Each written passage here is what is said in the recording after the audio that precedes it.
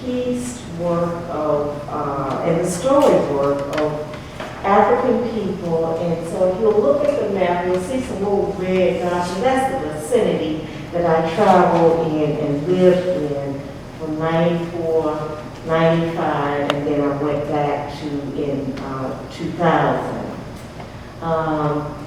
We're outside the School of the Arts, and I'm working with some of Africa's prized students, art students. They were textile majors, and we are blueprinting. And you will probably see some of their work because that's mostly what you see in the African market. And this was about sports. And they just, they were so pleased to have supplies. And I had scissors for everybody, and they said, wow, we used to all share the same pair of scissors.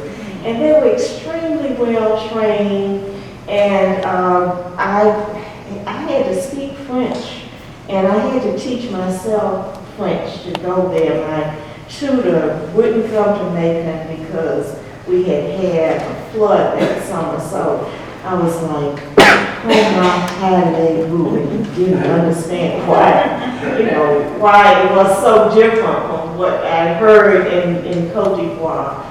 But this is the skyline, so it wasn't rural Africa there. And we were talking about culture and language, and I was photographing the men sitting around downtown reading one of many dozen of papers. And here in this school, with this man who has like at least 50 children in his class, they still have art in Africa, but we don't have art in Macon, Georgia, for our children. And sometimes the art is just out of a tin can. And it was, there was art everywhere. It was, these were carved, of course, and there were tailors, and there were, they call themselves broderies, but this is machine embroidery. And these young men, some of them were college graduates, but there were no jobs, and so they set up their own little factory producing hand-dyed cloth. And they carved blocks, and they dyed, and the work was scattered all over the country. They seem to have been quite successful. This was another industry, another business, and it was, they call the Fanicos. And the Fanicos have the largest outdoor washing, drying business in the world. And it was there in Côte d'Ivoire. And you could learn a lot about cloth just by going up on the hill where the cloth was drying and just looking at all the piecework and the hand-dyed cloth.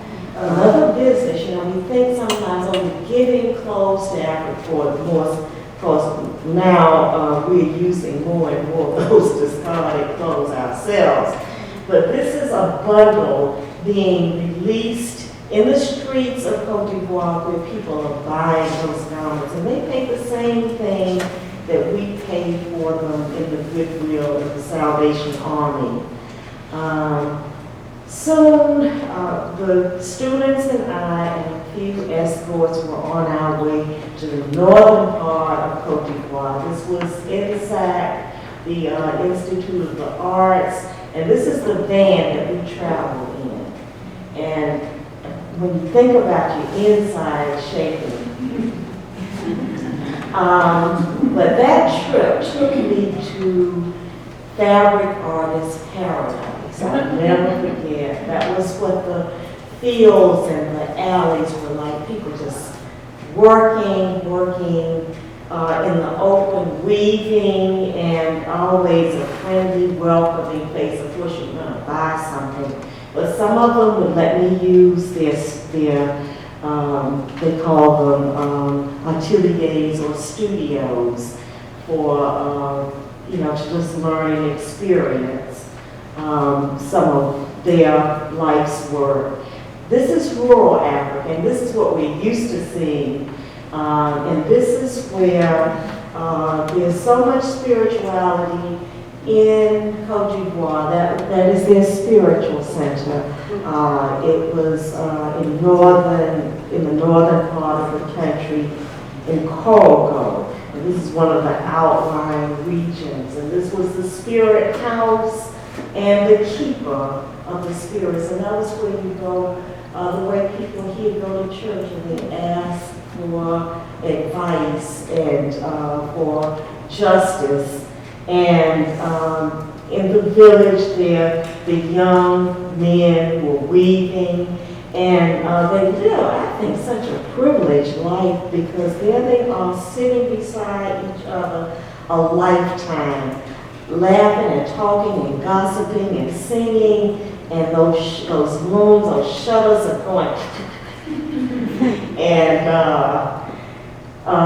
they painted in one of the villages that I dreamed of.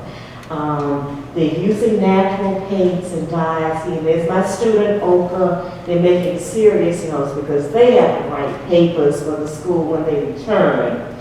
And this is the yard where the fabrics are dyed. And these are some of the painters. And by now you realize you've just been looking at photos of men and fabrics. And I kept asking, where are the women? And of course it had to get translated 1,000 times from my language to 2 or 3 other languages. They said, oh, the women are in the farm. The women were the farmers. They grew the indigo, they grew the cotton, and they spun the cotton.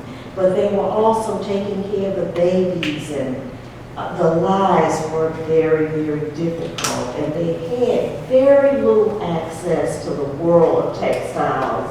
But here the women at the river, washing and cleaning and bathing, taking care of domestic part of life.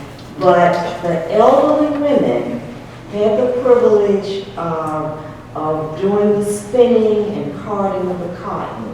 And that was what you could look forward to doing to make a contribution to your community in your old age. I kept glimpsing as I traveled through the city especially, fabric that consists of strips of cloth. And in fact, I had seen it on the second or third day of my visit, of my stay there. This woman dashes through with, I said, is it piecework? And sure enough, but I couldn't catch her for fear of getting lost and not being able to communicate.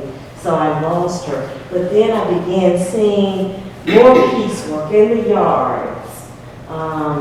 And I spoke to my students about it, and they said, oh, that is called the sasa.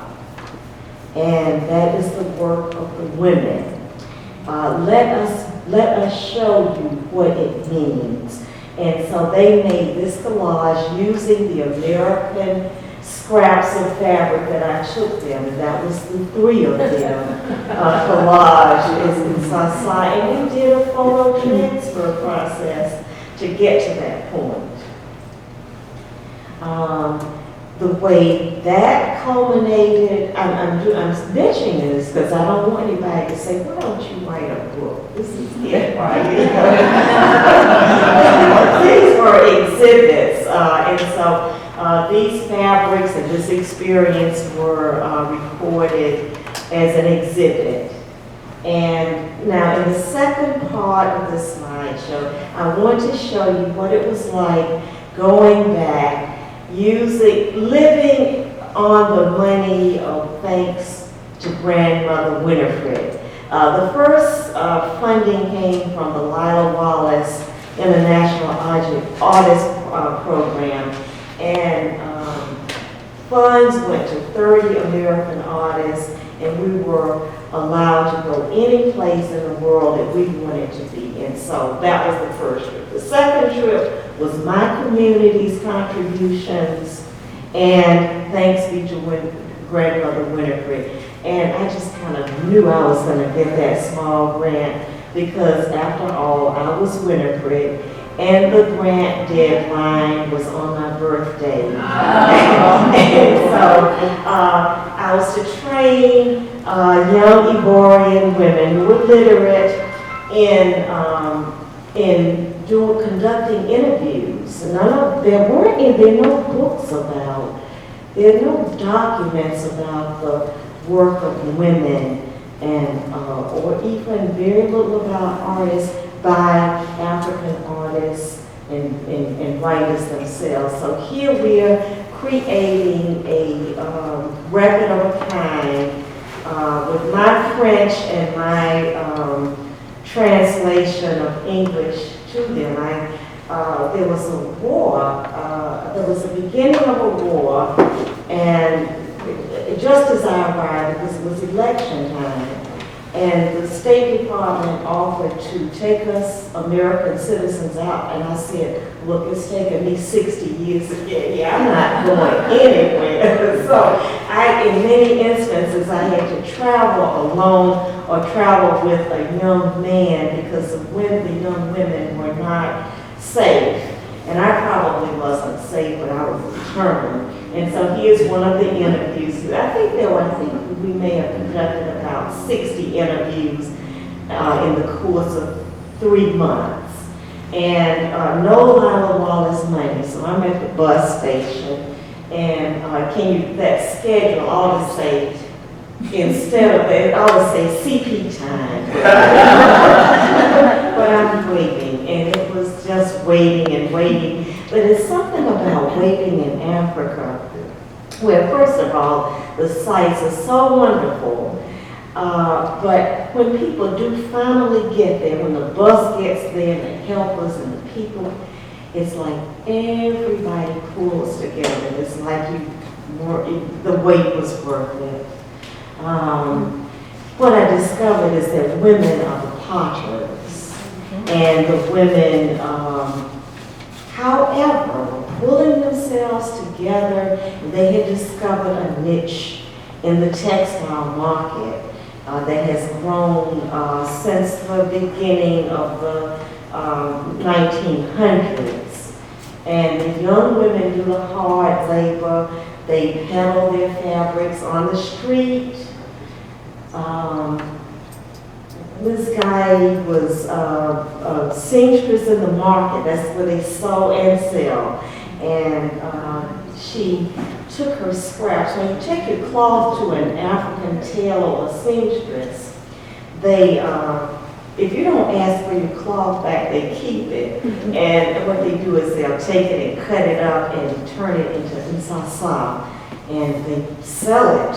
And so there's this guy, and again, I went all the way to Ghana, and this woman had her own gallery, her own shop, and her brothers, Mercy Okansi and Sons, they were following in her footsteps, and the stories were so interesting. She had descended from slave traders in the Gold Coast back in the days, but no one would give her a penny to start her business. So she started out living in a container with her 2 children.